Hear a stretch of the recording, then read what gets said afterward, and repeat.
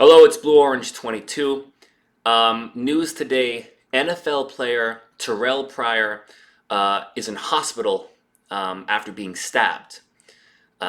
He is expected to be okay, but he was in critical condition, um, and the police have arrested a woman from the apartment. Now, you kind of put two and two together there, and this looks like it was a domestic violence incident where Terrelle Pryor was stabbed by his female partner. Now, this kind of highlights the reality of domestic violence against men, and it's something that MRAs talk about because it happens a lot more than people think. And this is an example of something that is more common than people think. Male victims of domestic violence, even serious violence, even getting stabbed and going to the hospital. And it's not just something that, is kind of rare and only happens once in a while. This is something that's happened to an NFL player. And something that MRAs talk about is that domestic violence against men is something that's kind of awkward to talk about. And it's something that, when you're talking about, men as victims of violence, or their wives or their girlfriends are abusing their husbands, it does sound kind of awkward. And you don't really see it get a lot of attention in the media. But the reality is, it's much more common than people think. Sometimes when I'm at the gym or I'm at Trader Joe's, I'm out in public. Sometimes I'll overhear conversations. Two guys are talking, and one of them's saying, "Yeah, man, my girlfriend, she hit me last night," or "Oh man, she scratched me last night," or "She did this," or "She did that," you know. And it's something that seems to be getting worse. It seems to be happening more and more. And one of the debates, the disagreements that MRAs have with feminists is about, first of all, how often domestic violence against men happens. And I'm going to do more videos on this in the future and talk about some of the different studies and some of the different statistics. Some studies say that, 40% of victims are men. Some studies say only 10% of victims are men. Some studies say most victims of domestic violence are men. It's probably hard to calculate an exact percentage, because you'd really have to ask almost every single person in the country that it happened to get an accurate percentage. But whatever the exact percentage is, whether it's over 50% or under 50%, it does happen enough to be a serious issue.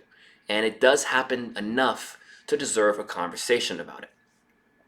And another criticism that MRAs have of feminists is domestic violence laws and domestic violence policies.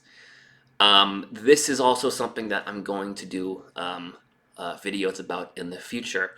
But the way police sometimes react to male victims of domestic violence is a big issue for MRAs, because sometimes men, even if they're the victim, even if they call the police, men are the ones who are arrested. And some police departments have a policy where they automatically arrest the man in any domestic call. So even if the man is the one being hit, even if the man is a victim, and he grabs his phone, he runs outside, he calls 911. When the police show up, he's the one arrested. Now, obviously, that doesn't always happen, but those kind of stories are very common. And I'm going to have some videos in the future about some of those policies. One policy you can read about now in the United States is called the Duluth model. And the Duluth model is a model for domestic violence used to train police officers in how to respond to domestic calls. And what it teaches police is to assume that the man is a primary aggressor.